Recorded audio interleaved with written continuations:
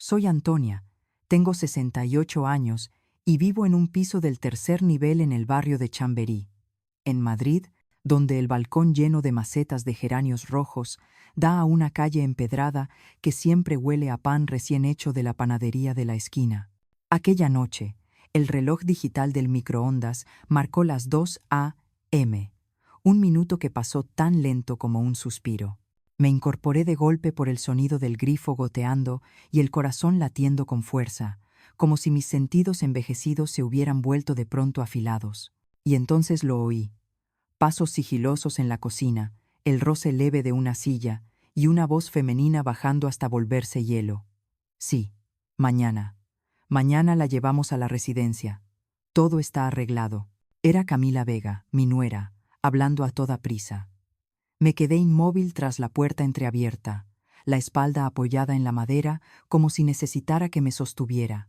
Camila hizo una pausa y murmuró: Mateo está de acuerdo, solo falta que firme, diremos, ya que es una visita, y será más fácil. Me mordí el labio hasta sentirlo dormido. Cada palabra que salía de su boca era como una cuchilla fina que despedazaba la frágil paz que había guardado tantos años. Las manos me temblaban, pero oía todo con nitidez. Residencia y todo está arreglado. Las frases subían por las baldosas frías del suelo y se clavaban en mi pecho. Me llevé la mano al corazón, intentando mantener el ritmo. En la pared seguía la foto de Mateo a los 7 años, sonriendo con su balón de cuero frente al colegio. Ese niño que corría a casa gritando: «¡Mamá!», marqué un gol. Tenía ahora 38 años.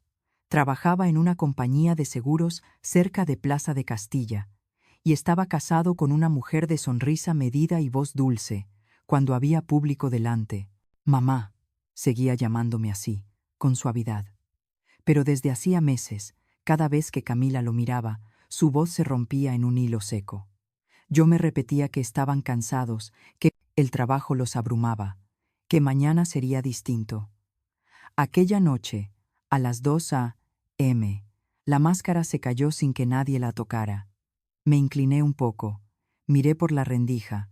Camila estaba junto al fregadero, el teléfono en la mano, la cabeza baja, el pelo rozando el suéter color crema. «No, no lo sabe», susurró. Y después de escuchar un instante añadió: «Mañana diremos que es una visita. Solo una visita». La cocina seguía tan limpia como siempre la dejaba, pero cada estante y cada vaso de cristal se habían vuelto testigos mudos de una sentencia ya escrita. Escuché el crujido del parquet cuando Camila se dirigió hacia el pasillo. Retrocedí rápido, cerré la puerta con cuidado. El corazón me golpeaba el pecho como un tambor de la fiesta de la paloma. Abrí el armario y saqué la bolsa de tela verde musgo colgada en la esquina. Dentro guardé mi libreta con los números importantes, el documento de identidad, algo de dinero envuelto en un pañuelo, las llaves de repuesto y el teléfono apagado, dormido como un pez en el fondo del río. Añadí una bufanda de lana azul oscuro regalo de una amiga de Sevilla el invierno pasado y un abrigo ligero. Todo se movía despacio, pero con la precisión de quien ha ensayado 1000 veces sin saberlo. En el pasillo, los tacones de Camila se alejaban, luego silencio. Toqué el pomo metálico. El frío me atravesó la palma. 1, 2, 3. Abrí la puerta, la cerré con suavidad. El pasillo estaba oscuro, apenas iluminado por una franja plateada que caía desde la ventana del fondo, como una cinta que me guiaba.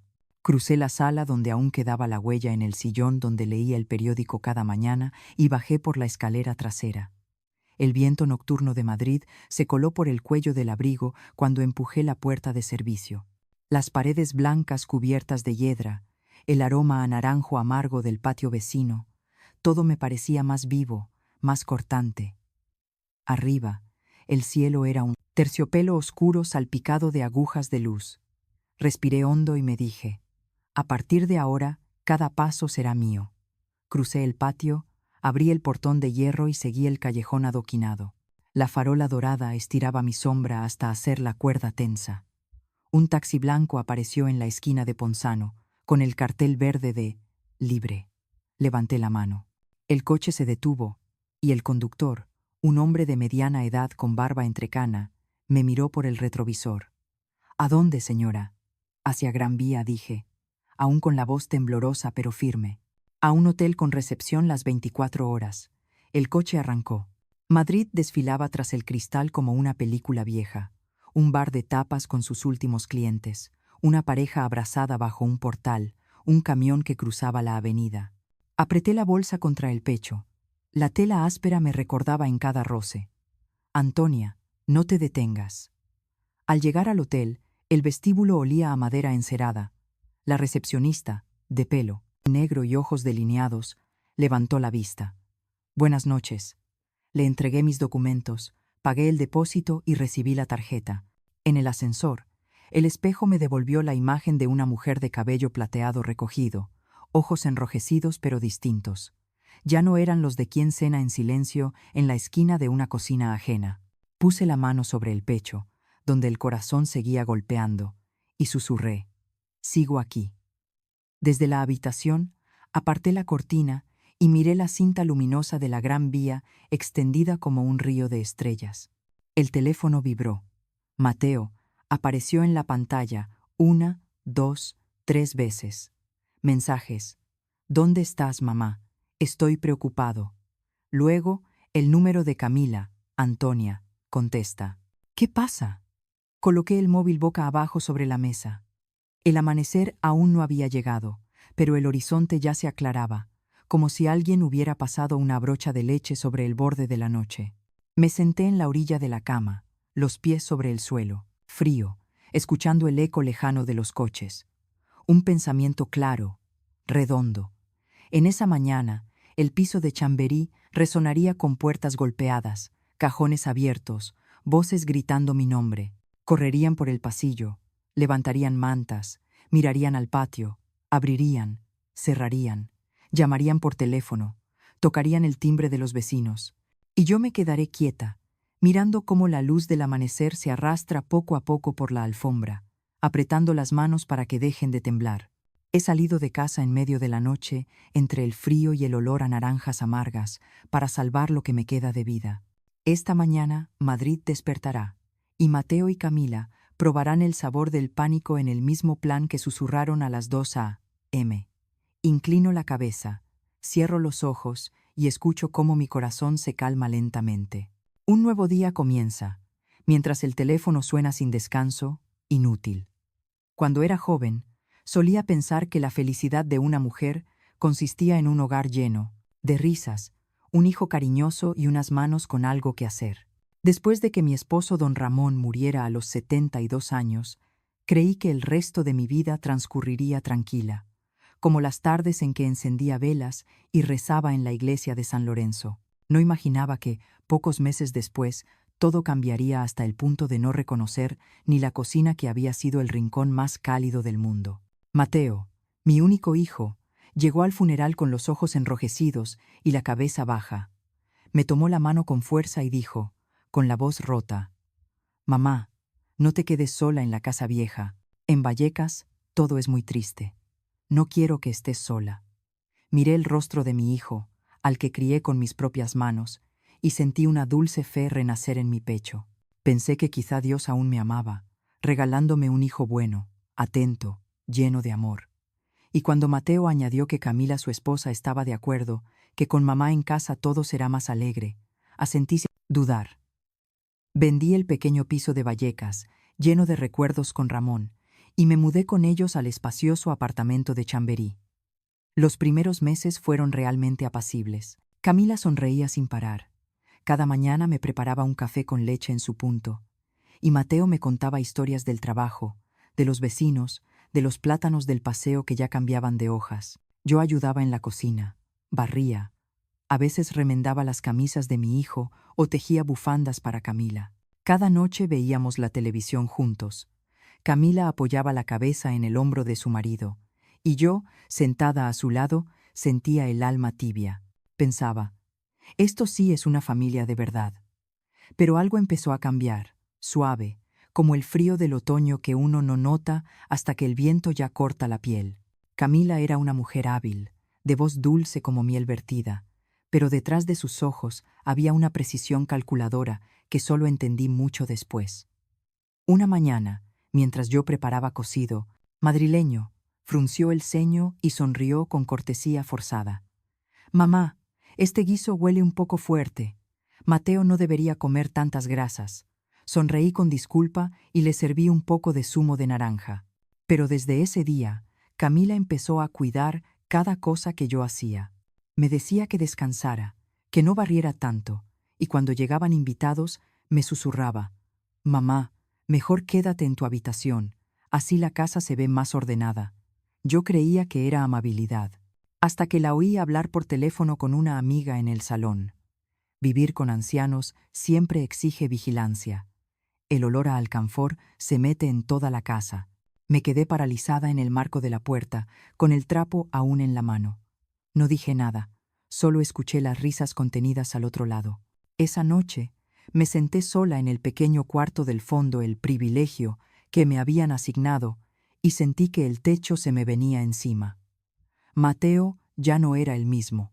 Cada vez que le hablaba, apenas murmuraba un sí. Cuando Camila decía que debía comer menos porque los mayores digieren peor, él asentía sin preguntar. Un día le comenté que quería comprar algo de bordado para regalar a la iglesia, y me respondió sin mirarme: «Mamá, no gastes mucho, déjamelo a mí». Aquella frase, «déjamelo a mí», al principio me conmovió, pero con el tiempo sonó más como una advertencia de que ya no tenía control sobre mi propia vida. Una tarde, al limpiar el salón, descubrí que el retrato de boda que siempre ocupaba el centro de la vitrina había sido reemplazado por una foto de ellos dos en Tenerife. Pregunté, y Camila respondió con ligereza: «La vieja tenía polvo». La guardé. No dijo que la foto donde salíamos Ramón y yo había desaparecido para siempre. No pregunté, pero dentro de mí algo se quebró, frío como las losas del amanecer. Desde entonces, todo se fue desgastando. Camila dejó de preparar mi comida, alegando que una dieta ligera ayuda a la digestión. Cada noche cenaban en el comedor, mientras yo me quedaba en la cocina, escuchando el tintinear de los cubiertos y sus risas suaves.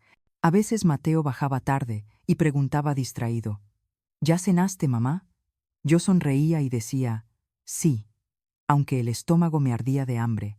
En septiembre del año pasado, organizaron una fiesta de cumpleaños para Mateo. Amigos, compañeros, música, y a mí, simplemente, no me avisaron. Me enteré cuando vi entrar el pastel, los globos, y oí las carcajadas desde el salón. Me quedé detrás de la puerta entreabierta, observando cómo Camila besaba a su marido en la mejilla y decía: «Gracias por estos años maravillosos». Todos aplaudieron. Nadie recordó que yo estaba en la cocina, secando el último plato. Aquella noche, salí al balcón y miré las luces titilantes de Madrid a través de la cortina. Recordé a Ramón la forma en que siempre esperaba a que yo terminara de comer para levantar su plato, su frase: «En esta casa, nadie se queda atrás». Toqué mi alianza desgastada y me prometí tener paciencia. Creía que la sangre y el amor podían reparar cualquier grieta. No sabía que esa fe mía estaba siendo usada en mi contra, día tras día. Unas semanas después, Mateo me pidió que firmara unos papeles sobre los impuestos de la casa. No entendí bien, solo vi la palabra autorización y una larga lista de cláusulas. Pregunté: «¿Estás seguro de que esto es solo un trámite administrativo?». «Mamá, no te preocupes, son papeles del banco. Lo hago por comodidad». Firmé, porque confiaba en mi hijo. Pero aquella noche, cuando escuché a Camila hablar por teléfono y susurrar: «Perfecto, ahora todo está en orden», empecé a sentir frío. Quise creer que solo eran malentendidos, simples torpezas. Pero las frases repetidas me taladraban los oídos como agujas. «Mamá, debería descansar más. No entre a la cocina. No salga sola. Es peligroso». Palabras que sonaban a cariño, pero que en realidad eran cuerdas que apretaban cada vez más mi libertad. Una mañana de invierno, abrí el armario y descubrí que algunos de mis suéteres favoritos habían desaparecido.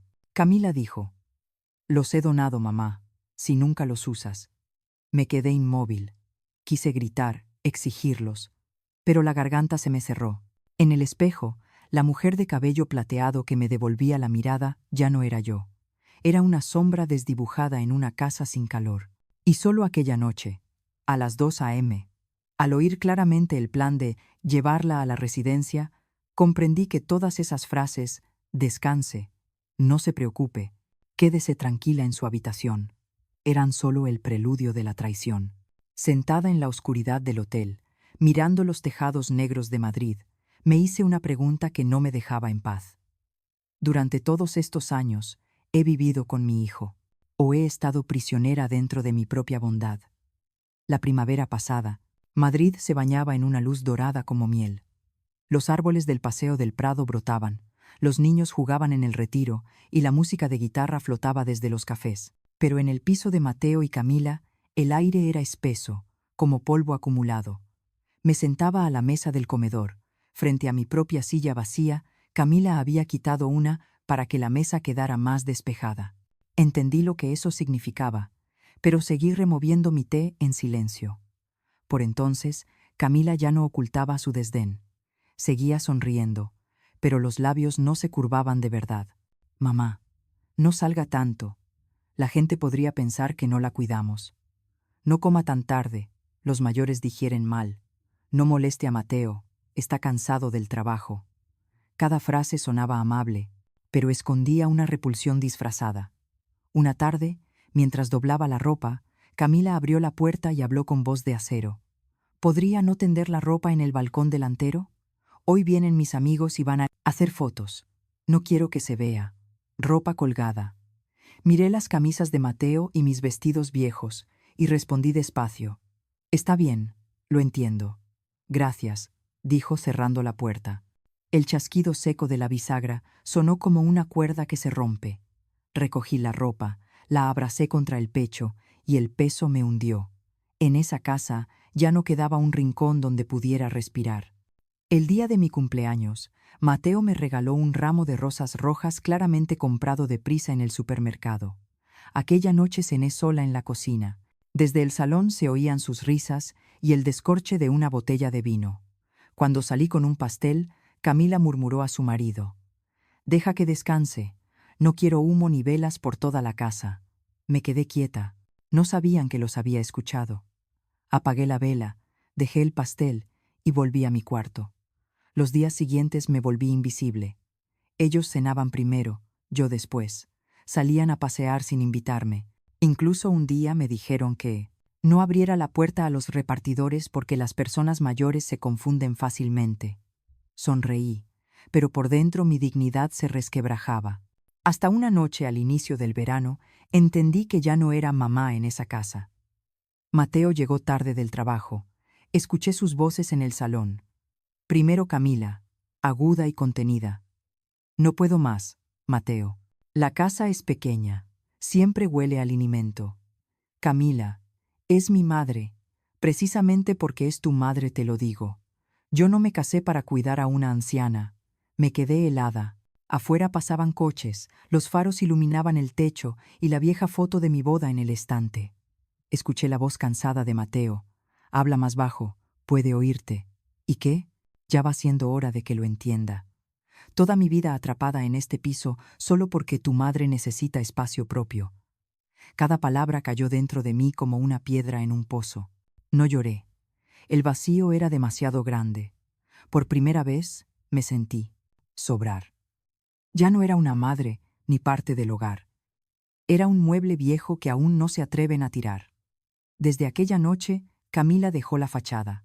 Sus frases eran cortantes, pero lo bastante pulidas para que Mateo no pudiera intervenir. «Mamá, no salga sola». La gente podría pensar que la descuido, dijo con una dulzura venenosa, y yo entendí. No temía por mí, sino por lo que dirían los vecinos.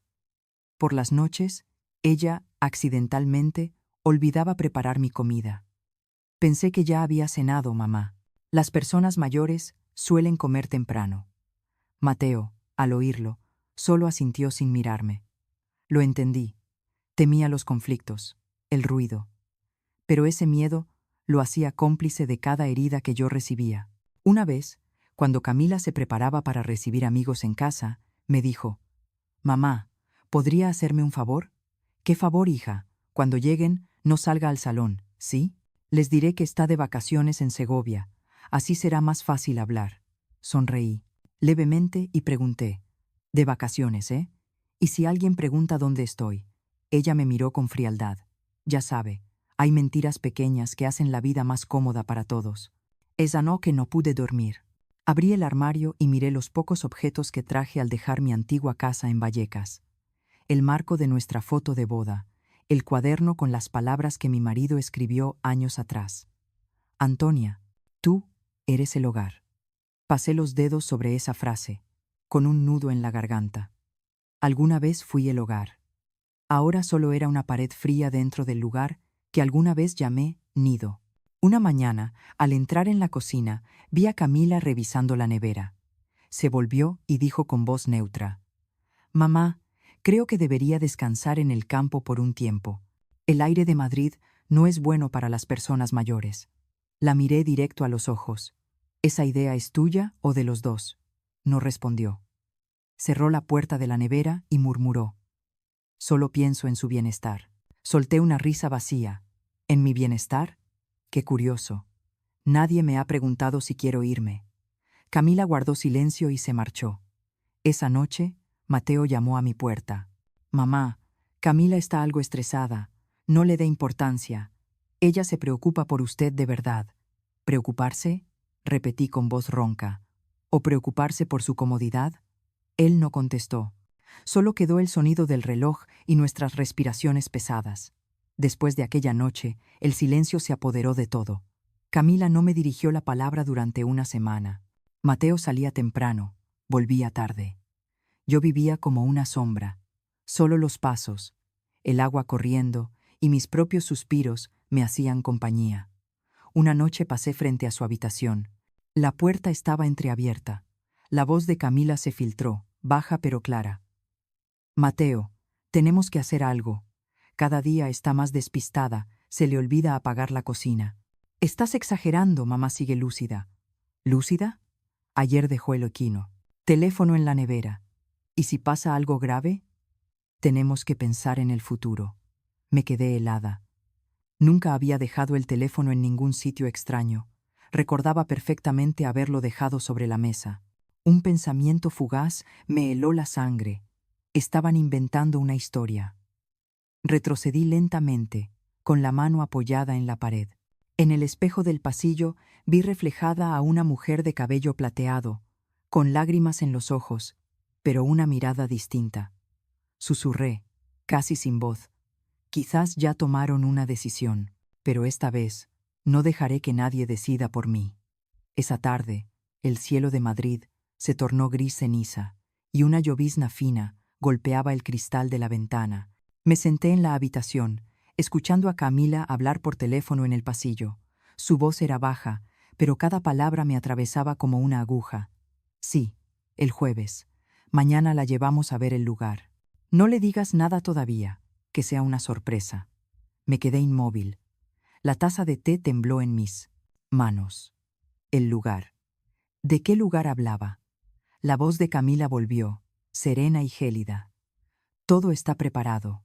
Mateo firmará los documentos. Solo falta su firma. No respiré. La cabeza me daba vueltas. ¿Qué documentos? ¿Y por qué necesitaban mi firma? Un momento después, la voz cansada de Mateo llegó desde el salón.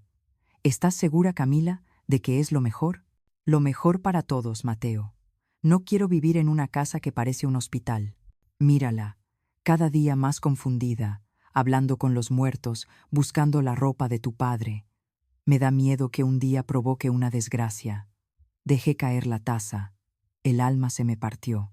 Jamás había hablado con los muertos. Solo a veces me sentaba frente a la foto de Ramón y pensaba, si estuvieras aquí, no me harías sentir como un estorbo. Mateo respondió con voz rota.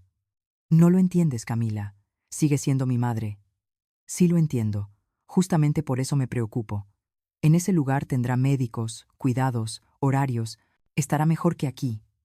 Tienes que elegir, paz para nosotros o seguir viviendo con esta carga. No escuché más. El corazón me latía tan fuerte que parecía retumbar en las paredes.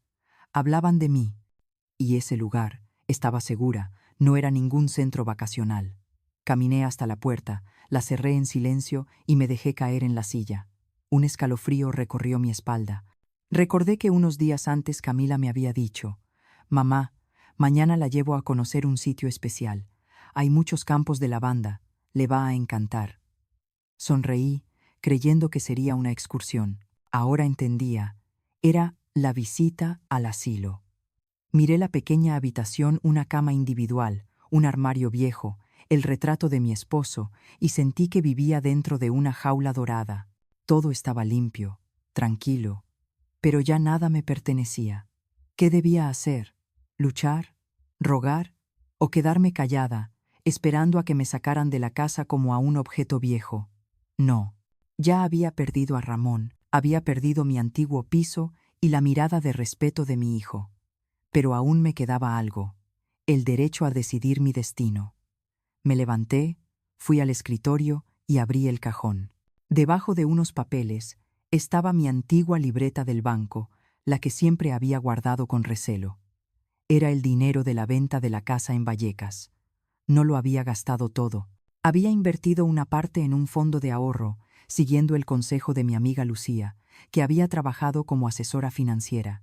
Ella me dijo una vez: «Antonia, nunca dependas por completo de nadie, ni siquiera de tus hijos». Entonces me reí, pensando que era demasiado desconfiada. Hoy comprendía que cada palabra suya era cierta. Tomé la libreta, algunos documentos importantes, y los guardé en el bolso. Luego saqué del armario mi abrigo de lana azul oscuro y el pañuelo color vino, el último regalo de cumpleaños que Ramón me había dado. Afuera, la lluvia golpeaba más fuerte. Escuché los pasos de Camila y el roce de sus sandalias sobre el suelo de madera. Esperé hasta que el silencio llenó el pasillo y entonces abrí la ventana. Tercer piso. No era alto, pero suficiente para que mis manos temblaran. Sin embargo, no pensaba huir por la ventana como una delincuente. Solo necesitaba bajar por la escalera de servicio, por donde solía pasar la limpiadora.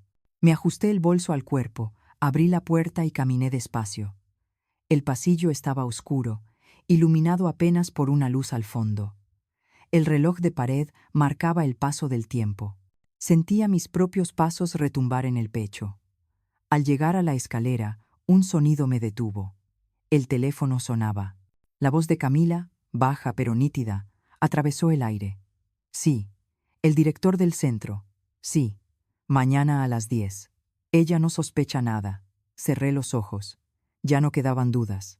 Bajé deprisa las escaleras, salí por la puerta trasera y crucé el callejón que daba a la calle mayor. La lluvia me azotó el rostro, pero me sentí extrañamente ligera. Levanté la mano para detener un taxi. El conductor, un hombre mayor con bigote plateado, me miró por el retrovisor. «¿A dónde, señora?» «Al Hotel Wellington. Cualquier habitación libre». El coche avanzó por calles inundadas. Afuera, Madrid se difuminaba bajo la luz amarilla de las farolas. Cada esquina, cada fachada guardaba recuerdos, pero ahora parecían testigos de mi renacer. Al llegar al hotel, abrí el monedero y entregué mi tarjeta. La recepcionista, una joven amable, preguntó con cortesía: «¿Cuánto tiempo se quedará, señora?» Sonreí, con la voz serena. «No lo sé. Quizá hasta que vuelva a encontrarme a mí misma». Mi habitación estaba en el 8º piso. Desde la ventana podía ver los tejados rojos empapados de lluvia y a lo lejos la iglesia de Santa Bárbara. Me senté con una taza de té caliente entre las manos, el vapor acariciando mis dedos fríos. El teléfono vibró. Mateo. Luego Camila. Miré la pantalla, pero no contesté. Los mensajes llegaron uno tras otro. «Mamá, ¿dónde está? Estoy preocupado». «Antonia, contesta. Nos asustas». Dejé el teléfono boca abajo sobre la mesa y exhalé lentamente.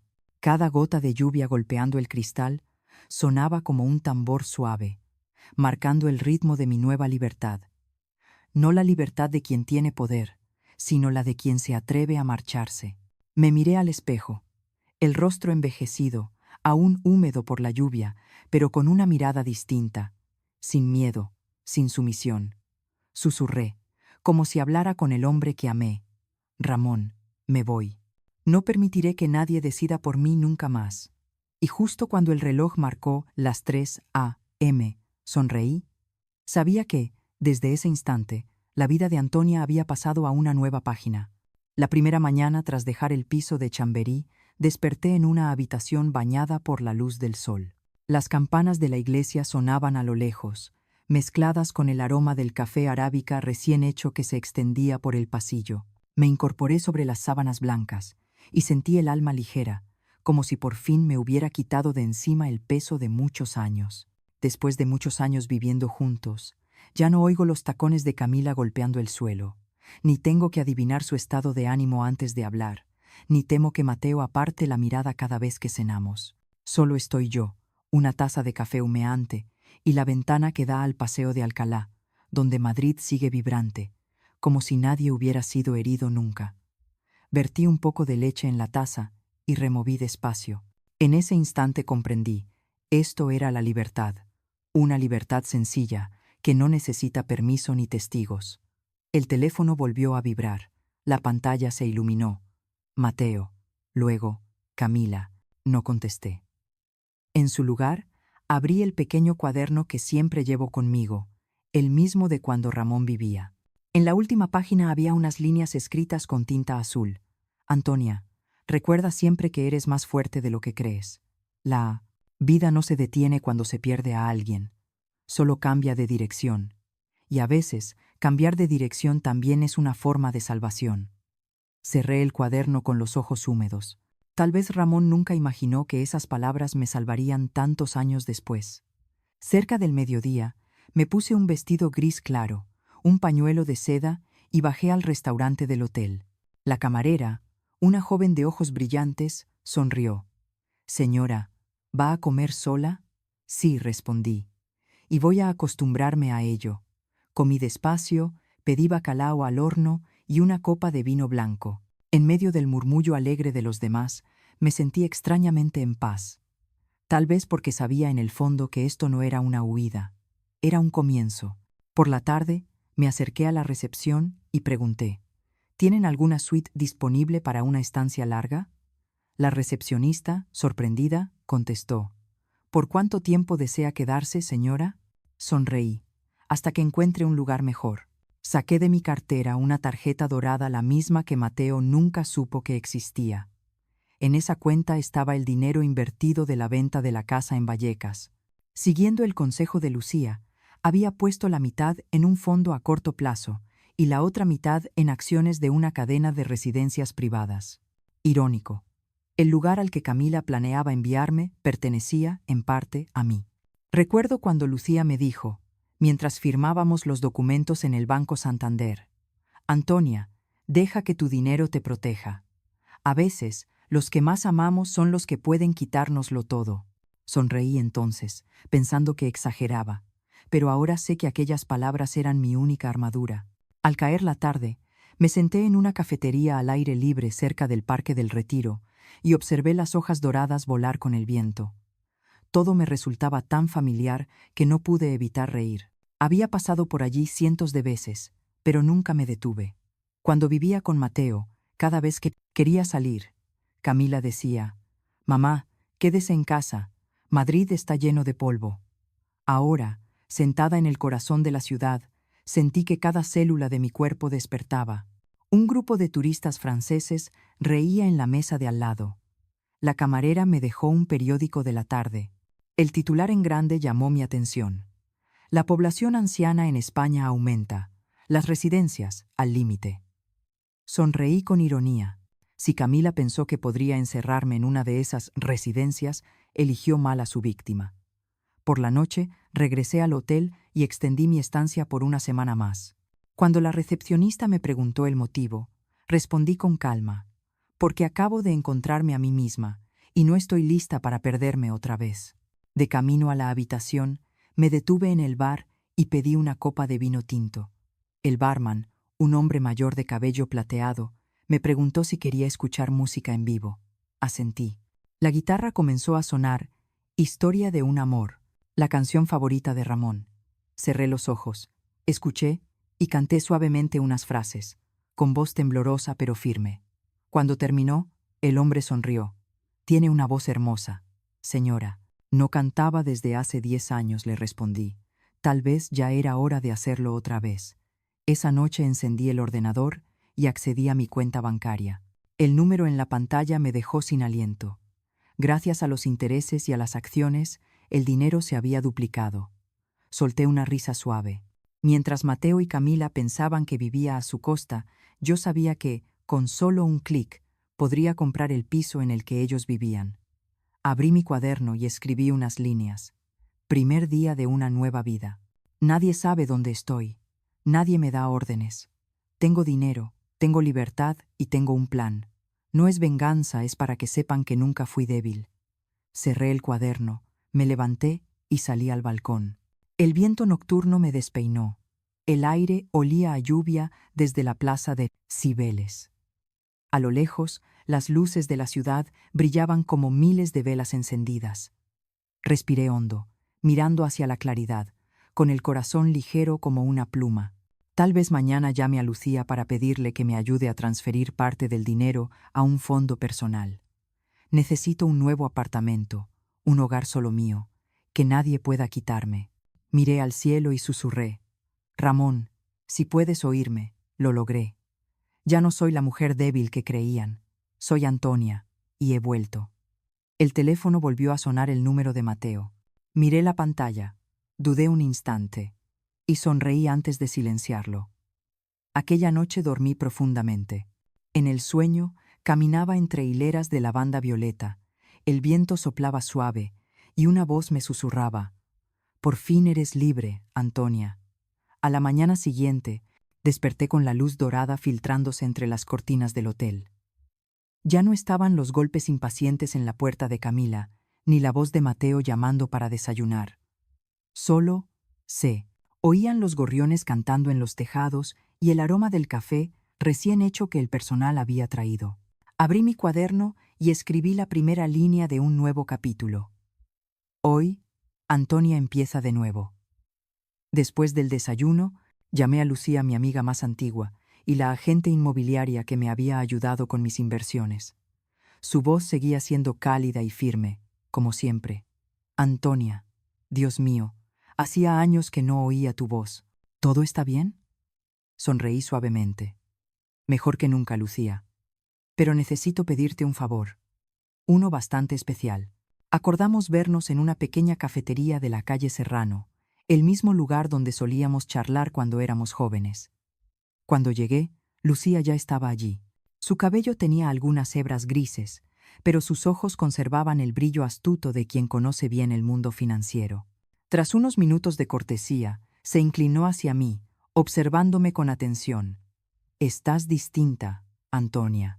Ya no tienes esa tristeza en la mirada. Tomé un sorbo de café y respondí en voz baja, porque he dejado la casa de Mateo y Camila. Lucía se quedó inmóvil, dejando la taza sobre la mesa. Al fin lo hiciste. Cuéntame, ¿qué pasó?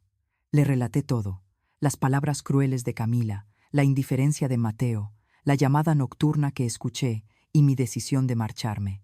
Cuando terminé, Lucía permaneció en silencio un buen rato. Luego dijo, con voz firme, Antonia, lo que te hicieron es maltrato hacia una persona mayor. Si quieres, puedo presentarte a un abogado excelente. Se llama Alejandro Morales, especialista en casos de abuso y apropiación de bienes familiares. Aquel nombre captó mi atención de inmediato. Lo anoté, sintiendo cómo una pequeña luz se encendía dentro de mí. ¿Podrías organizarme una cita con él?, pregunté. Por supuesto.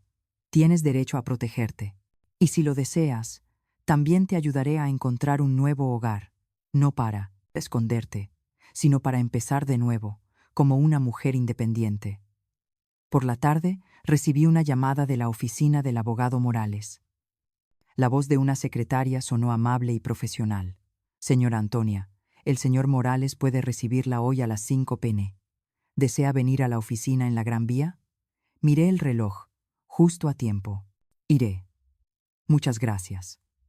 La oficina de Alejandro Morales estaba en un edificio antiguo, con balcones de hierro forjado y vitrales de colores. Tendría unos 50 años, alto, de mirada franca. Cuando entré, se levantó y me dio la mano. Su sonrisa era cálida pero segura. He escuchado algo de su caso por Lucía. Lamento lo que ha vivido, señora, pero créame, aún puede hacer mucho. Le conté los detalles. Cómo Camila controlaba el dinero en casa, cómo Mateo me obligó a firmar documentos de impuestos, las humillaciones y el plan de internarme en una residencia sin mi consentimiento. Alejandro escuchó sin interrumpir, tomando notas de vez en cuando. Cuando terminé, habló con tono sereno. Señora Antonia, esas acciones no solo son inmorales. En España, si hay pruebas de que intentaron privarla de su libertad, se considera abuso psicológico y violación del derecho a la autonomía personal. Y si los documentos que firmó incluyen engaño o coacción, podemos denunciarlo como firma bajo condiciones falsas. Lo miré, sintiendo una mezcla de miedo y esperanza. No quiero venganza, dije. Solo quiero recuperar mi dignidad y que comprendan que no soy tan débil como creían. Alejandro asintió. Perfecto. No haremos nada fuera de la ley. Vamos a responder con justicia, de forma legal y transparente. Abrió su portátil y me mostró el plan. Solicitar una investigación sobre los bienes y los documentos que Mateo la obligó a firmar. Presentar una solicitud de orden de protección temporal, por si intentan contactarla o acosarla. Reunir pruebas, especialmente la grabación de aquella llamada nocturna. Saqué despacio mi teléfono y reproduje el audio. La voz de Camila sonó nítida. Sí, mañana la llevamos al centro. No le digas nada, será más fácil convencerla. Alejandro levantó la vista. Sus ojos brillaban. Esto es una prueba de oro, señora. Con esto no solo la protegeremos, sino que podremos demostrar la intención de manipularla para controlar sus bienes. Exhalé aliviada. Durante años me habían tratado como a una anciana débil, destinada a callar. Pero en ese momento sentí que tenía en mis manos la pieza final del tablero. Solo necesitaba moverla bien para cambiar el juego. Alejandro añadió: le recomiendo no contactar con ellos por ahora. Que sigan creyendo que usted está asustada, indefensa. Cuanto más silencio mantenga, más fuerte será nuestro contraataque.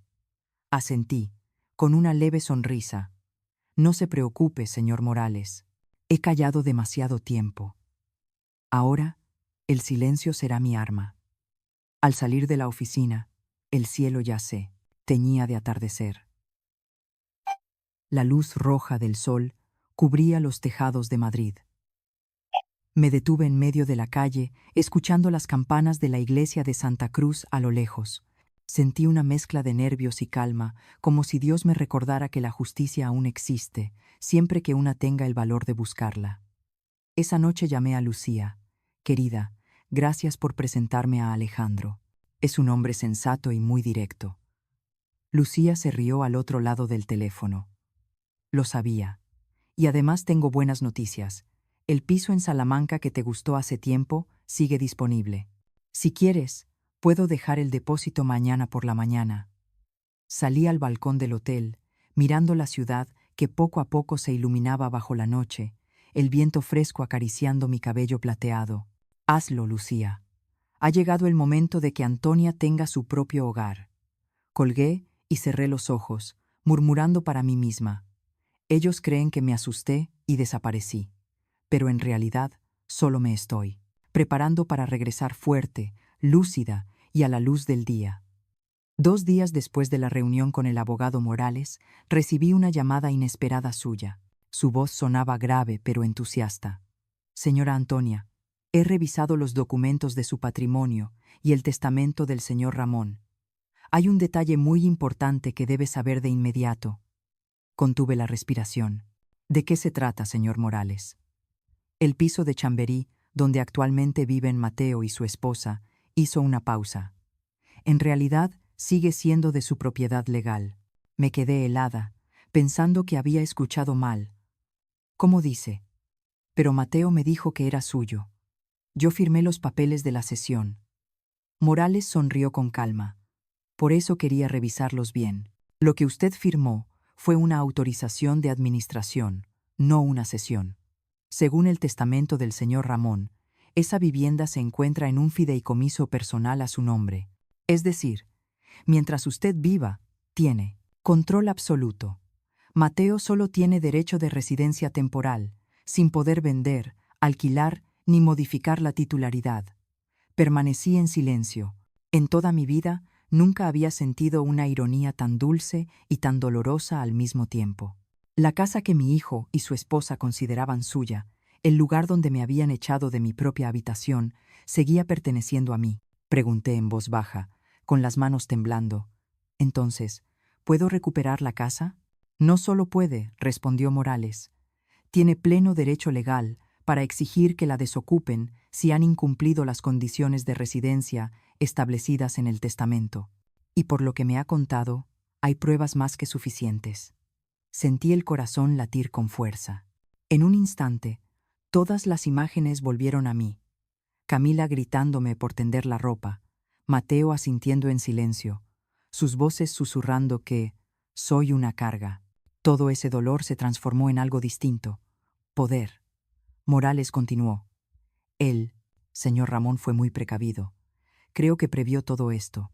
En las notas manuscritas del testamento escribió: Antonia será la única con autoridad final sobre este patrimonio. Mi hijo podrá vivir con su madre solo mientras sepa respetarla. No pude contenerme. Las lágrimas corrieron por mis mejillas. Cada palabra era como la voz de mi esposo, protegiéndome una vez más desde donde estuviera. Señor Morales, balbuceé, le agradezco, pero no quiero escándalos. Solo deseo que todo quede claro. Él respondió: Lo entiendo, pero a veces la verdad debe salir a la luz, para que los que se creen astutos descubran que en realidad están cavando su propia tumba. Asentí. Dentro de mí empezaba a tomar forma una idea clara, fuerte e irreversible. Esa tarde me encontré con Lucía en una pequeña taberna de la Plaza de España. Cuando le conté lo del piso, abrió los ojos de par en par. Dios mío, Antonia. Entonces toda la casa ha sido tuya desde el arma. ¿Principio? Así es. Y ellos no tienen ni idea. Lucía dio un golpe en la mesa, los ojos brillando. Este es tu momento para levantarte. Creen que eres débil, pero ahora tienes la ley y la verdad de tu lado. Sonreí, tomando un sorbo de vino tinto. Sí, Lucía, he callado demasiado. Es hora de que sepan que la vieja tonta es en realidad su casera. Esa noche regresé al hotel y me senté a escribir una carta a mano para Mateo. Escribí despacio, con trazos firmes y claros, como si le escribiera a mi propio pasado. Mateo, sé que tú y Camila estáis preocupados por mi partida repentina. Estoy bien, y necesito que leas esta carta con atención. El piso de Chamberí en el que vivís no te pertenece, ni a ti ni a Camila. Según el testamento de tu padre, la propiedad es mía, y tú solo puedes vivir allí mientras yo lo permita. No te digo esto para amenazarte ni por rencor, sino para recordarte que nadie tiene derecho a tratar mal a quien le dio todo. Pronto, regresaré, no para discutir, sino para poner cada cosa en su lugar. Doblé la carta y la envié por correo postal. Sin correos electrónicos, sin mensajes, quería que abrieran el sobre con sus propias manos, que cada palabra cortara su orgullo como una hoja afilada. 3 días después, Mateo llamó. No contesté. Luego, Camila envió un mensaje. Antonia, no entendemos. ¿Qué significa lo que dijiste en la carta? ¿Por qué dices que la casa no es nuestra? Solo respondí con una frase breve. Preguntad a vuestro abogado, y preparaos. Al día siguiente, Morales me llamó con un tono que apenas disimulaba cierta satisfacción. Señora, me han contactado esta mañana. Parecen bastante confundidos. Mateo asegura que no sabía nada del fideicomiso. Camila, en cambio, casi pierde el control. Sonreí levemente. Imaginé que la sorpresa les duraría un buen tiempo. ¿Desea que les envíe un documento formal solicitando que abandonen temporalmente la vivienda?, preguntó él. Reflexioné un momento antes de responder. Aún no. Que sigan unos días más viviendo con miedo. Esa sensación les enseñará la lección que yo tuve que aprender con lágrimas. Morales soltó una carcajada. Entendido, señora. Pero recuerde, cuando esté lista, yo me encargaré de todo el proceso. Esta vez será un acto legal, público y completamente irrefutable. Esa noche abrí la ventana del hotel. El viento nocturno de Madrid entró suave, con un leve aroma a jazmín. Tomé el marco con la foto de Ramón y murmuré: «¿Ves, Ramón? He cumplido mi promesa».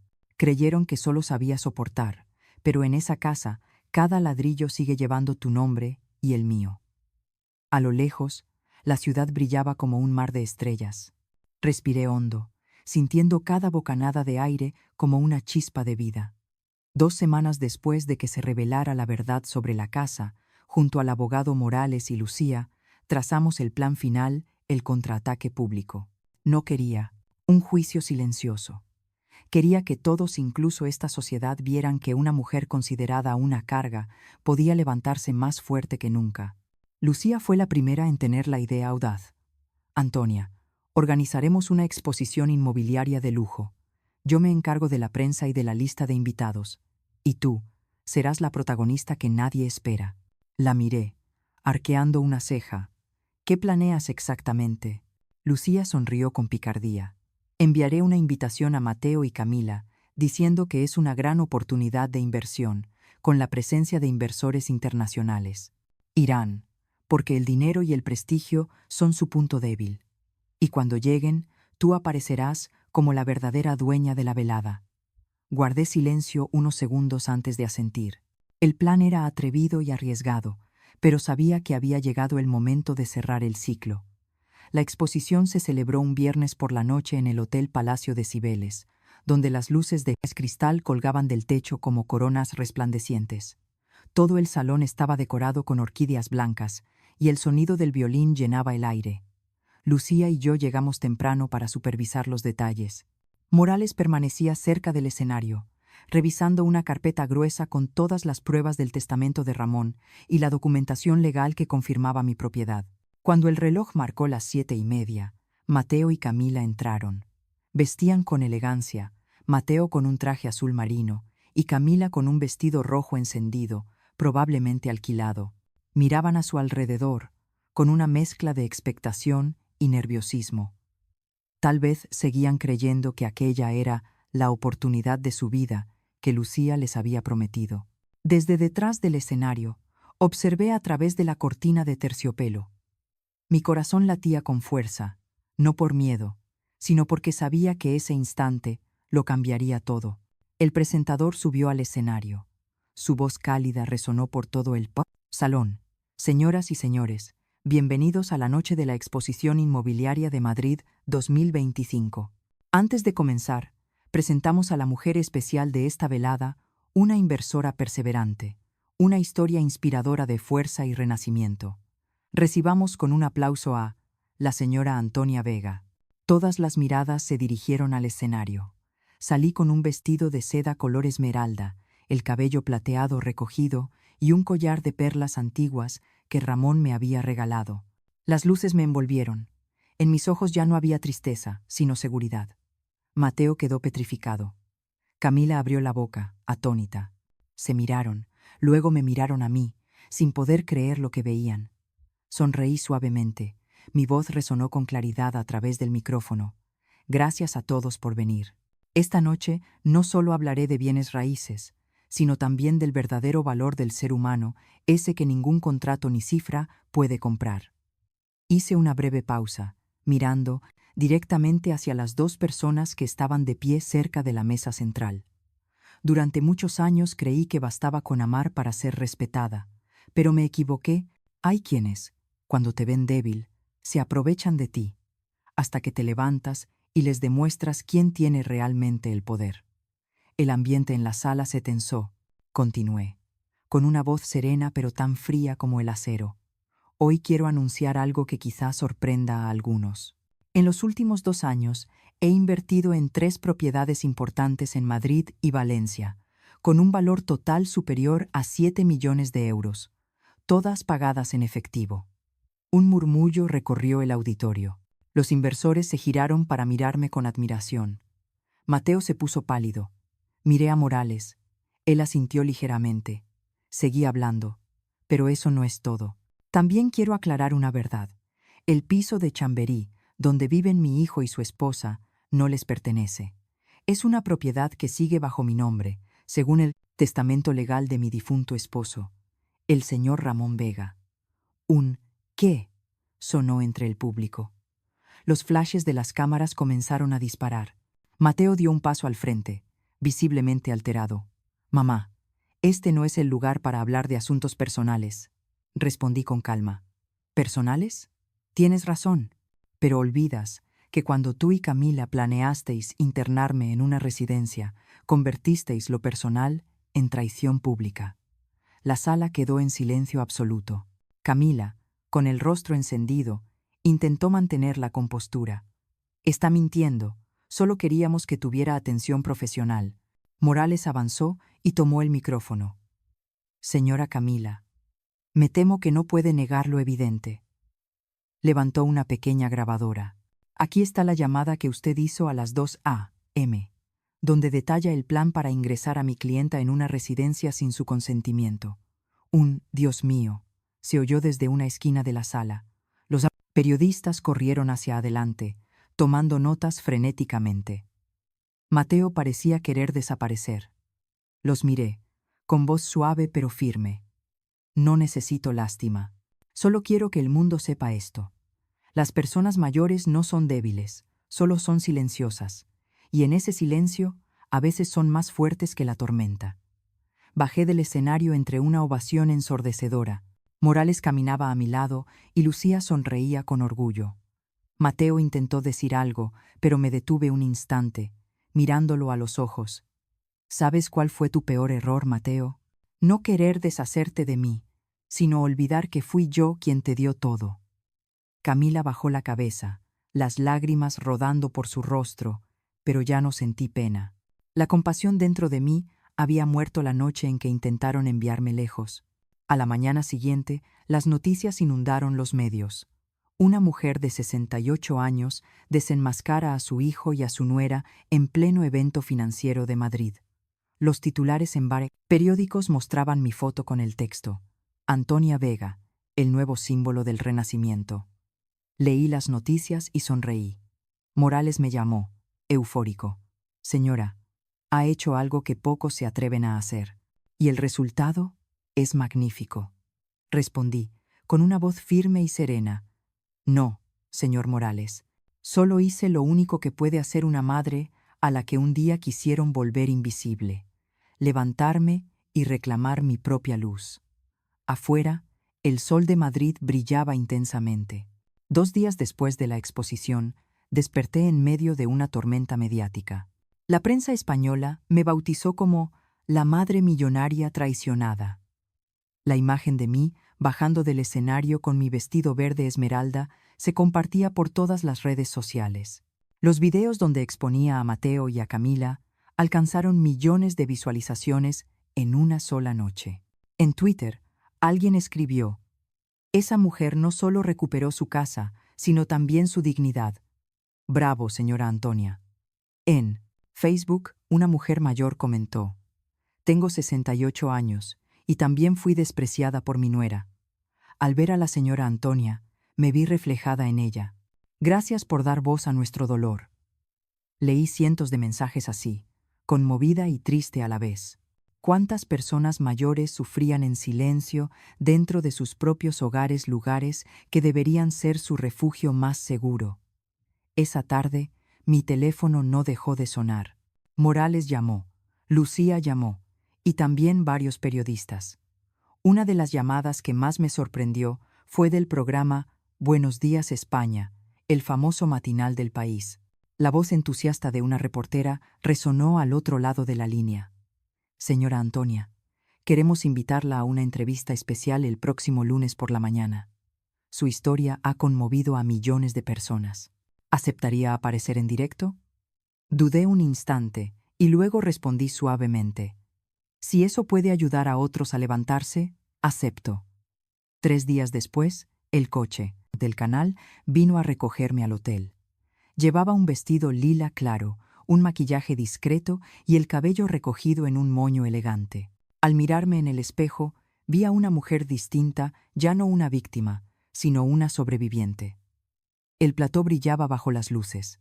La famosa presentadora, Elena Duarte, se acercó a estrechar mi mano con una sonrisa cálida. Señora Antonia, gracias por venir. Todo el país espera escuchar su historia. Cuando comenzó el programa, Elena me presentó. Hoy damos la bienvenida a una mujer que ha conmovido a toda España. La señora Antonia Vega, una madre traicionada por su propio hijo y su nuera, que en lugar de callar, se levantó y demostró que la edad no borra la dignidad. Respiré hondo y miré directamente a la cámara. Millones de personas me estaban mirando. Elena preguntó: Señora, ¿qué la llevó a hacer pública su historia en lugar de resolverla en privado dentro de la familia? Sonreí con calma y respondí: porque el silencio solo protege a quien hace el mal. He callado muchos años, creyendo que la paciencia lo arreglaría todo. Pero no. Ese silencio les hizo creer que yo era débil, que no valía nada. Cuando intentaron internarme en una residencia sin preguntarme, comprendí que si no me levantaba entonces, desaparecería para siempre dentro de mi propia vida. Elena asintió, con los ojos brillantes por la emoción. Ha conmovido a muchos espectadores, especialmente a los mayores. ¿Tiene algún consejo para ellos? Miré directo al objetivo. Solo quiero decir esto. Nunca dejen que nadie controle su vida ni su dinero solo porque sea de la familia.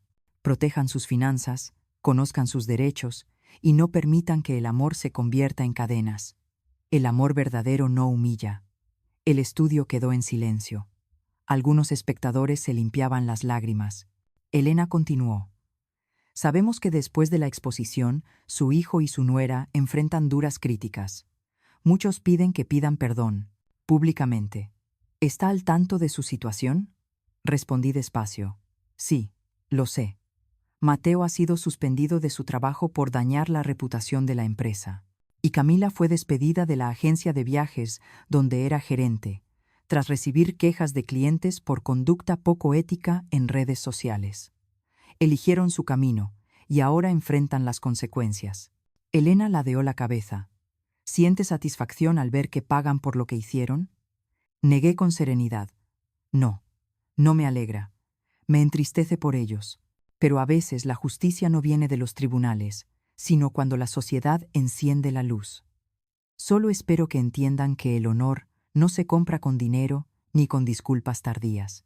Después de la grabación, Elena me tomó la mano y susurró: Señora Antonia, usted no es solo una invitada, es un símbolo de dignidad. El programa se emitió a la mañana siguiente y el impacto fue enorme. Los principales periódicos titularon: Antonia Vega, de viuda traicionada a símbolo del poder en la madurez. La frase de la señora Antonia que hizo llorar al estudio: el silencio solo protege al culpable. Mujeres mayores de toda España comenzaron a enviarme cartas al hotel. Una señora de Barcelona escribió: Gracias, Antonia. He vivido 15 años dejando que mi hija controlara mi pensión. Hoy abrí mi propia cuenta bancaria. Un hombre de Sevilla me mandó un correo electrónico. Solía ver a mi esposa como una carga cuando enfermó. Ahora entiendo. El vergonzoso era yo. Leí cada mensaje conmovida, sintiendo una mezcla de paz y tristeza. Tal vez mi historia se había convertido en algo más grande. Una advertencia, una chispa de esperanza. Esa noche, Morales me llamó. Señora Antonia, debería saber que el Ministerio de Asuntos Sociales está revisando la ley de protección a los mayores. Y los políticos citan su historia como ejemplo. Sonreí mientras miraba hacia el balcón, donde Madrid brillaba bajo las luces de la noche. Quizá Ramón se esté riendo en algún lugar. Él siempre creyó que la justicia, al final, llega, siempre que uno tenga el valor de reclamarla. Al día siguiente salí a la calle. Una pareja de ancianos me reconoció y se acercó a estrecharme la mano. Señora Antonia, gracias. Nos ha hecho creer que la vejez no es un final, sino un nuevo comienzo. Respondí con una sonrisa sincera. Gracias a ustedes.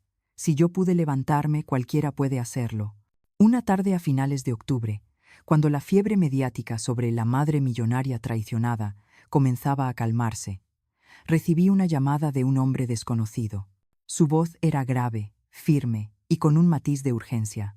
Señora Antonia Vega, soy Andrés Coll, periodista de investigación de El Diario de Madrid. Tengo información relacionada con su hijo y su nuera. Creo que querrá saberlo. Me quedé inmóvil unos segundos. Pensé que aquel capítulo doloroso ya había terminado. Pero el tono de su voz despertó en mí una mezcla de temor y curiosidad. ¿Podría explicarse mejor? No puedo hacerlo por teléfono. Necesito verla en persona. Hay cosas que debe ver con sus propios ojos. Acordamos encontrarnos la tarde siguiente en el café Los Espejos, dentro del Parque El Retiro, el lugar donde solía leer. Cuando llegué, Andrés ya estaba allí, delgado, rostro serio, un maletín de cuero grueso junto a él. Se levantó para saludarme, con un tono respetuoso. Antes que nada, permítame decirle que admiro mucho su valentía, pero lo que voy a mostrarle le hará comprender que su historia aún no ha terminado. Asentí en silencio. Él abrió el maletín, sacó un fajo de documentos y lo colocó frente a mí. La primera hoja era una copia de una declaración de impuestos con mi nombre, pero la firma no era mía. Estos son los registros fiscales de los últimos 3 años de su familia, presentados por Mateo. En ellos declaró que usted es una persona dependiente con problemas psicológicos que requiere cuidados especiales. Sentí un pinchazo en el pecho. ¿Problemas psicológicos? Andrés asintió. Utilizaron esa descripción para recibir subsidios del gobierno destinados al cuidado de personas mayores, además de deducir una serie de gastos médicos falsos. En total, la cantidad que obtuvieron por devoluciones fiscales asciende a casi 27.000 euros. Me quedé paralizada, con las manos temblando. No puede ser. Mateo no haría algo así. Me temo que sí, respondió Andrés con voz baja. Y hay más. Sacó otro conjunto de papeles, impresiones de una página web titulada Vivir con Antonia, diario de una nuera devota. Miré las hojas. Había docenas de publicaciones con fotos mías, algunas tomadas sin permiso en el jardín, otras mientras dormía, incluso una en el supermercado. Bajo cada imagen se leía: hoy mamá Antonia volvió a olvidarse de quién soy. Me llamó por el nombre de una vecina de antes. La enfermedad avanza. Es devastador. Me quedé boquiabierta. ¿Esto lo hizo Camila? Exactamente.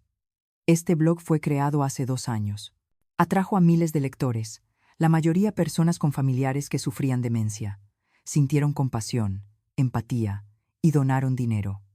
Andrés pasó la página siguiente. En ella aparecía un extracto bancario. Casi 32.000 euros en transferencias de lectores que apoyaban a la señora Camila Vega por cuidar a su suegra enferma. Sentí la rabia recorrerme entera. Las letras se volvían borrosas por las lágrimas. No solo me traicionaron, me convirtieron en un objeto de lástima para ganar dinero. Andrés asintió despacio. Incluso usaron una cuenta bancaria conjunta a nombre de Mateo y suyo para legitimar las donaciones, es decir, usaron su identidad para encubrir el fraude. Apreté los puños. ¿Tiene pruebas? Todas. Y ya he contrastado la información con Hacienda. Si usted lo autoriza, puedo colaborar con su abogado para abrir una investigación formal. Cerré los ojos, respiré hondo y con voz baja pero firme, respondí: hágalo. Quiero que paguen no con mis lágrimas, sino con justicia. Esa noche llamé a Morales. Cuando le conté todo, guardó silencio durante un largo rato. Luego habló, con la voz grave. Antonia, lo que acaba de decir puede constituir 3 delitos graves: fraude fiscal, estafa financiera y difamación. Con las pruebas del periodista Cole, podemos presentar una demanda penal. Apreté el teléfono con fuerza. Hágalo de inmediato. He guardado silencio demasiado tiempo. Empezaré mañana por la mañana, pero debe prepararse. Cuando esto estalle, la prensa volverá a arder. Respondí con calma. No temo a las olas, señor. Ya he estado bajo el agua, ahora solo quiero aprender a nadar. A la mañana siguiente, Morales, Andrés y yo nos reunimos en el despacho del abogado. La luz se filtraba por el cristal, reflejándose en la mesa de madera oscura. Morales expuso el plan: presentar una demanda ante el Tribunal de Madrid por fraude y abuso contra personas mayores. Enviar un comunicado de prensa oficial para aclarar los hechos y evitar que distorsionen la historia otra vez. Solicitar el bloqueo de las cuentas bancarias de Mateo y Camila para impedir que oculten las donaciones, Andrés añadió. También publicaré un reportaje exclusivo en el diario, con todas las pruebas. Cuando el público vea la verdad, entenderán que usted fue víctima de una conspiración calculada. Asentí, con la mirada fija en los documentos páginas donde se leía «Mujer con demencia, paciente bajo tutela». Apreté los labios. Ellos intentaron reescribir mi historia, ahora la escribiré yo misma. Cuando el reportaje se publicó aquel fin de semana, las redes sociales estallaron otra vez. Titular: Hijo y nuera de Antonia Vega acusados de falsificar historiales médicos y apropiarse de decenas de miles de euros. Bajo el artículo, miles de comentarios indignados. Increíble. Aún no han aprendido después de ser expuestos públicamente. No solo son ingratos, son crueles. Camila cerró todas sus cuentas en redes. Mateo fue citado por la policía para declarar. Morales me informó, con tono contenido. Están desesperados. Camila afirma que solo era un blog anónimo, pero ya rastreamos la dirección IP hasta su ordenador. Las pruebas son irrefutables. Permanecí en silencio. Ya no sentía ira, solo un vacío profundo y una tristeza imposible de nombrar. Miré por la ventana del despacho, hacia el sol que se hundía tras los viejos edificios de Madrid. Una brisa ligera traía el aroma del azahar desde la plaza cercana. En ese instante murmuré: Morales, a veces me pregunto en qué me equivoqué para que mi hijo se convirtiera en esto. Él me miró con serenidad. Usted no se equivocó, señora, solo confió demasiado. Pero su fe, hoy, está despertando a miles de personas. Y eso es la verdadera justicia. Sonreí débilmente. Quizá tenía razón, porque al final, la luz nunca llega temprano, pero siempre llega, cuando uno se atreve a mirar de frente a la oscuridad. 3 días después de la publicación del reportaje de Andrés Coll, toda España estaba conmocionada. Los nombres de Mateo y Camila encabezaban las búsquedas en todas las plataformas. Pero lo que más me indignaba no era la atención mediática, sino que ellos seguían sin admitir su culpa. En Internet, Camila incluso respondió en secreto a algunos comentarios, diciendo que yo había sido manipulada por los medios y que todo era un malentendido familiar. Leí cada palabra con las manos temblando. ¿Un malentendido? Después de falsificar historiales médicos y robar decenas de miles de euros de la buena fe de la gente, ¿eso era un malentendido? Esa tarde, Morales llegó con Andrés. Puso un grueso expediente sobre la mesa. Aquí está la prueba definitiva. Tenemos confirmación de Hacienda, del Ministerio de Finanzas y de las plataformas de donaciones. Todo demuestra que Mateo y Camila estaban detrás del blog Vivir con Antonia y que usaron su nombre para cometer fraude. Abrí el expediente. Las páginas, llenas de números, capturas de pantalla y recibos, parecían cuchillas cortando mi corazón. Andrés añadió: la opinión pública exige que hablen, pero si no lo hacen, el tema se enfriará. ¿Quiere decirles usted misma la verdad? Levanté la vista. ¿Quiere decir una entrevista? Andrés negó con la cabeza. No. Livestream. En directo. Sin cortes. Sin edición. Todo el país la escuchará con su propia voz. Morales me miró, pensativo. Esto es un arma de doble filo. Una vez salga al aire, podrían reaccionar de manera impredecible. Pero si está dispuesta a enfrentarlos, será el golpe final. Miré hacia la ventana, donde Madrid ya se iluminaba. Desde aquella noche en que intentaron llevarme a la residencia, había sentido demasiado miedo. Pero ahora ya no tenía nada que perder. Sonreí levemente y susurré: prepárenlo, he guardado silencio demasiado tiempo. 3 días después, la transmisión fue programada para las 8 de la noche del sábado. Andrés se encargó de la parte técnica y Morales se sentó a mi lado para garantizar la validez legal. En el salón de mi nuevo apartamento instalaron cámaras, micrófonos y una pantalla para mostrar los comentarios en vivo. Antes de empezar, Morales me dijo en voz baja: Antonia, cuando empiece, hable con el corazón. No trate de convencer, solo diga la verdad. Asentí. Cuando las luces se encendieron, miré directamente a la cámara. Tenía las palmas frías, pero la voz firme. Buenas noches, España. Soy Antonia Vega, y hoy quiero hablarles de algo que muchos mayores no se atreven a decir: la traición dentro de la propia familia. El número de espectadores subía vertiginosamente de 2.000 a 10.000, luego 30.000 en pocos minutos. Los comentarios inundaban la pantalla. Estamos aquí, señora. Hable, doña Antonia. Confiamos en usted. Abrí la carpeta de documentos frente a mí. Estos son los papeles certificados por la agencia tributaria. En ellos, mi hijo, Mateo Vega, declaró que su propia madre padecía una enfermedad mental para recibir subsidios y devoluciones fiscales. Este es también el registro del blog, que su esposa, Camila, creó, donde escribían que yo sufría pérdida de memoria y necesitaba tutela. Levanté varias hojas impresas y las mostré ante la cámara. Recibieron 32.400 euros de la buena voluntad de personas que creyeron estar ayudando a una madre enferma. Pero la única enfermedad aquí es la codicia. El chat estalló. Increíble. Malditos. Avisemos a la policía por usted. En ese momento mi teléfono vibró. Era Mateo. Morales me hizo una seña para que contestara y activara el altavoz. Así lo hice. La voz temblorosa de Mateo sonó. Mamá, te lo ruego, para allá. Estás destruyendo nuestras vidas. Respondí con calma. ¿Te asusta la verdad, Mateo? No lo entiendes. No es como piensas. Camila solo quería ayudarte. Sonreí con amargura. ¿Ayudarme inventando que tengo demencia? ¿Robando dinero de gente que me compadecía? Un silencio pesado. Luego, la voz aguda de Camila irrumpió. Antonia, estás montando un circo.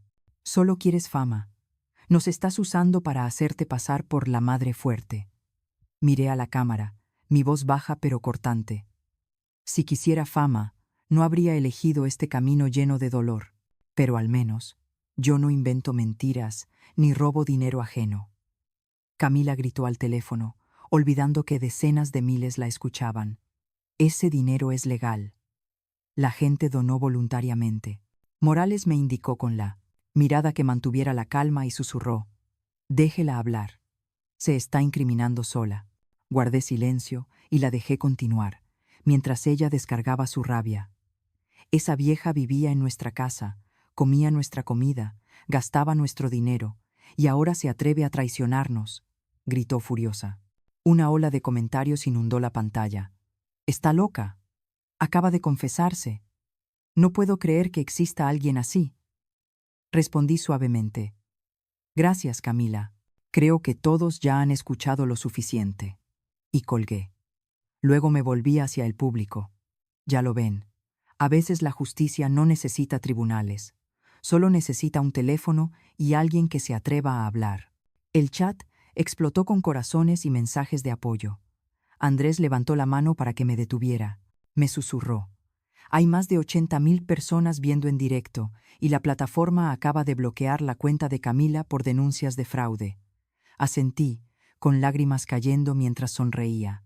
Gracias a todos ustedes, desconocidos que creyeron en mí cuando mi propia familia no lo hizo. No quiero vengarme de nadie. Solo quiero recordarles que jamás permitan que su bondad se convierta en el instrumento con el que otros ganan dinero. La transmisión terminó entre una ovación virtual de decenas de miles de espectadores. Cuando se apagaron las luces, Morales me puso una mano en el hombro y dijo en voz baja: señora, no solo ha ganado en lo legal, ha ganado en el corazón de la gente. 6 meses después del livestream que sacudió a todo el país, Madrid entraba en primavera. Pero en mi interior el invierno había terminado hacía mucho.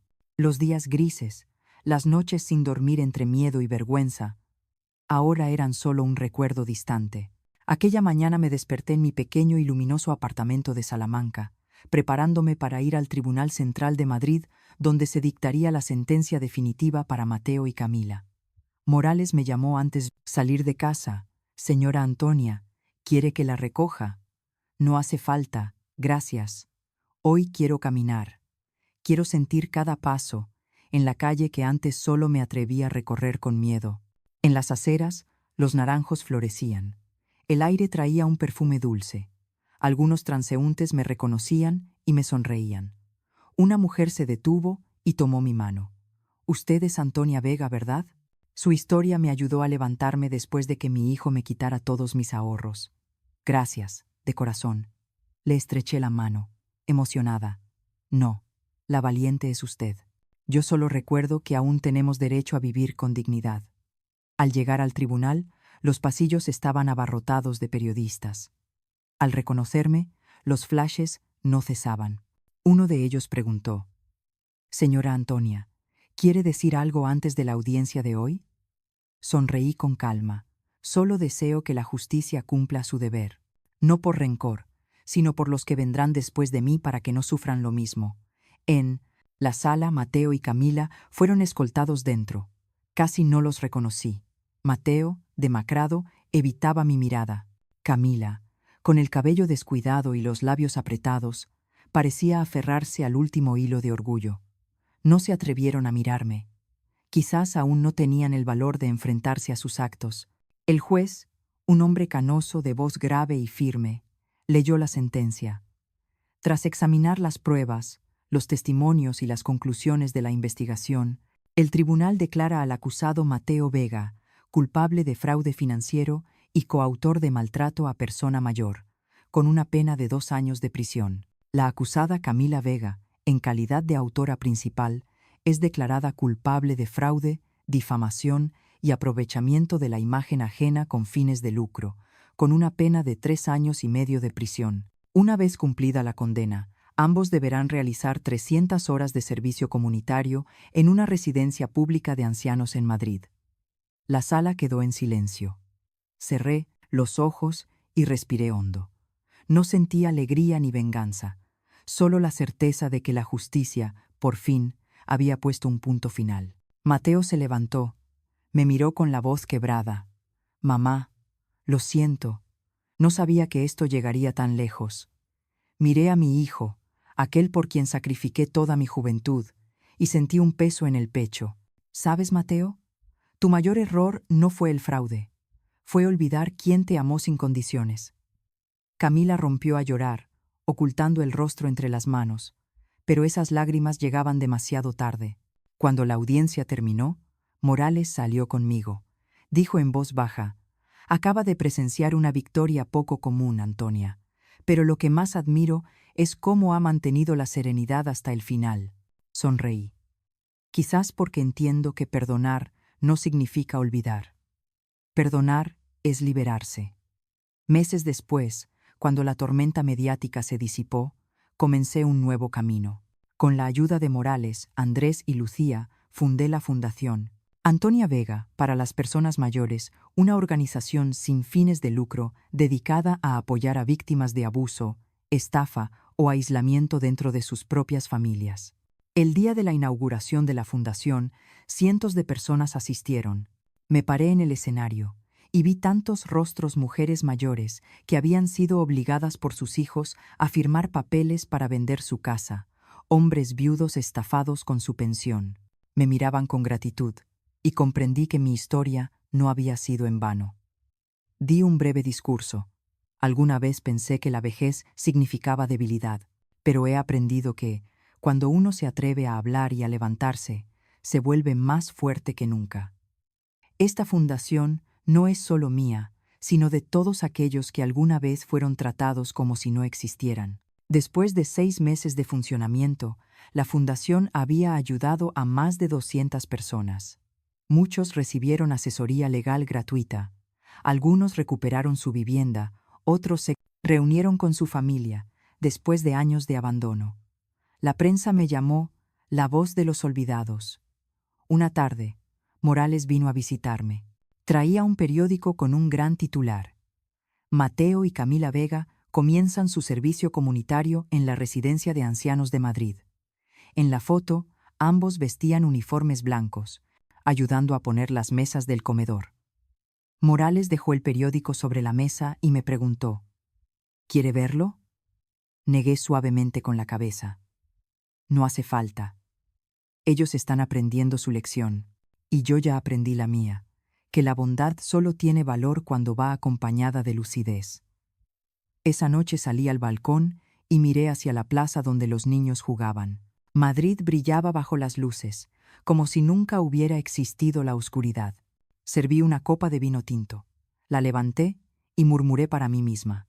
Por la libertad, por la justicia, y por los años que me quedan sin deberle nada a nadie, sin temer a nadie.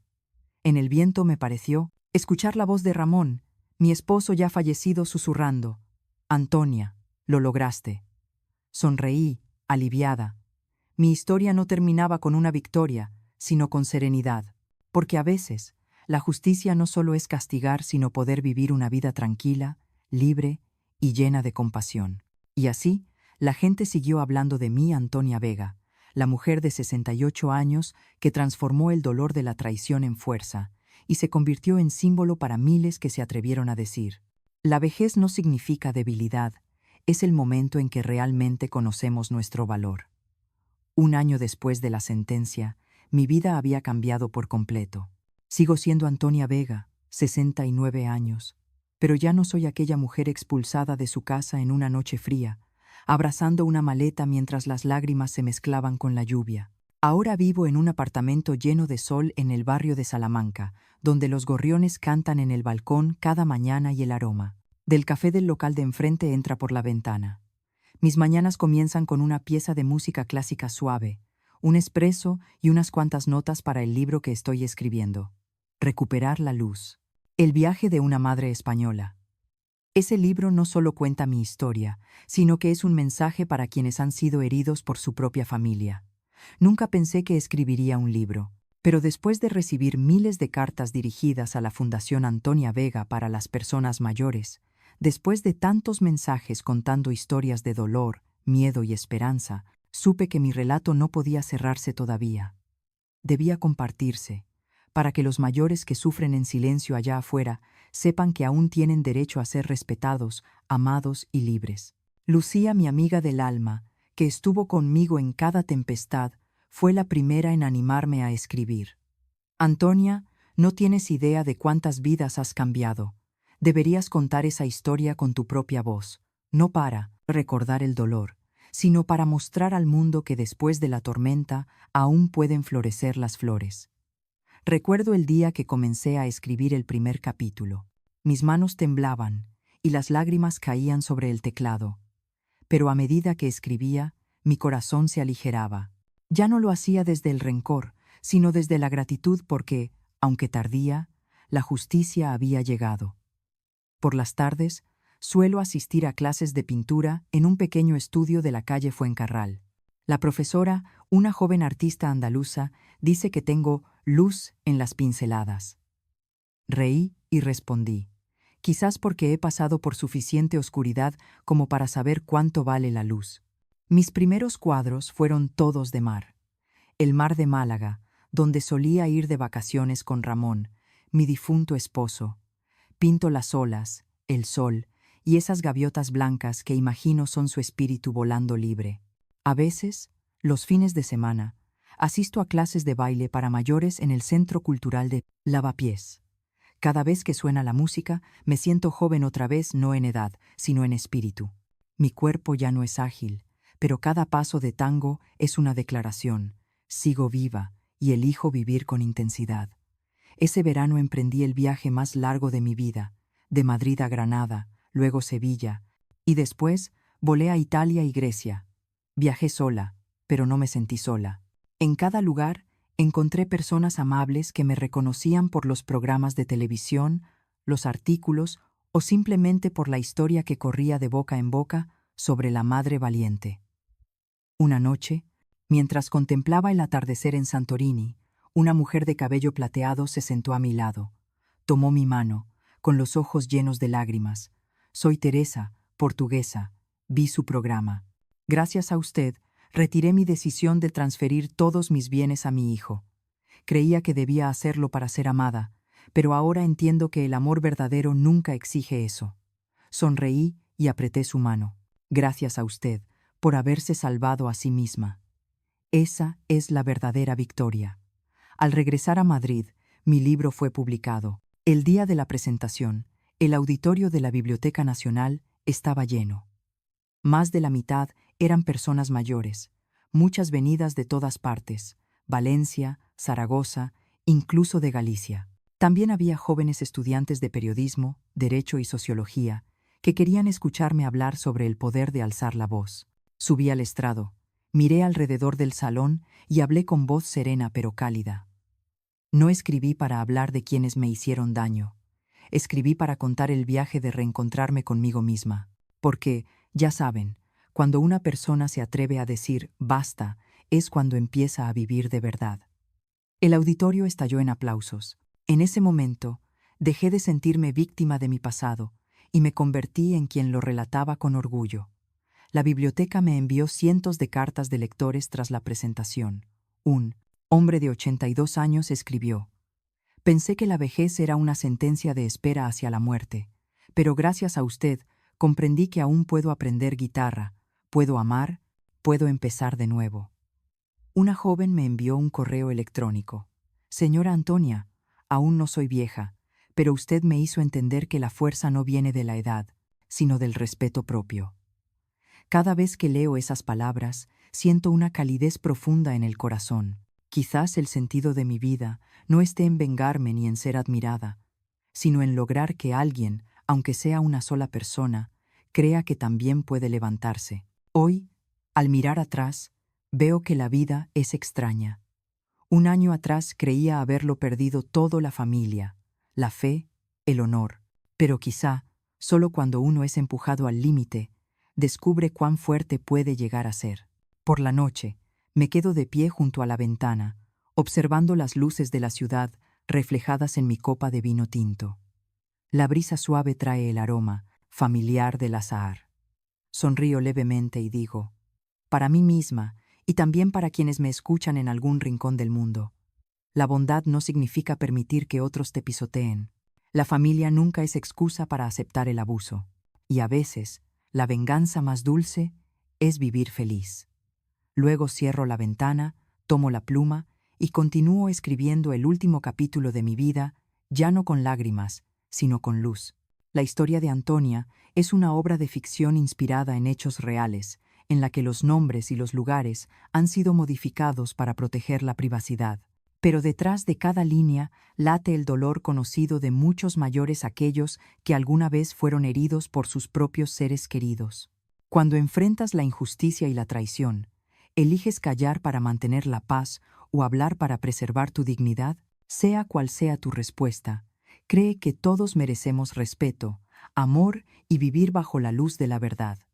Yo creo que Dios ve todas las cosas y bendice a las almas firmes, capaces de perdonar y de no perder la esperanza.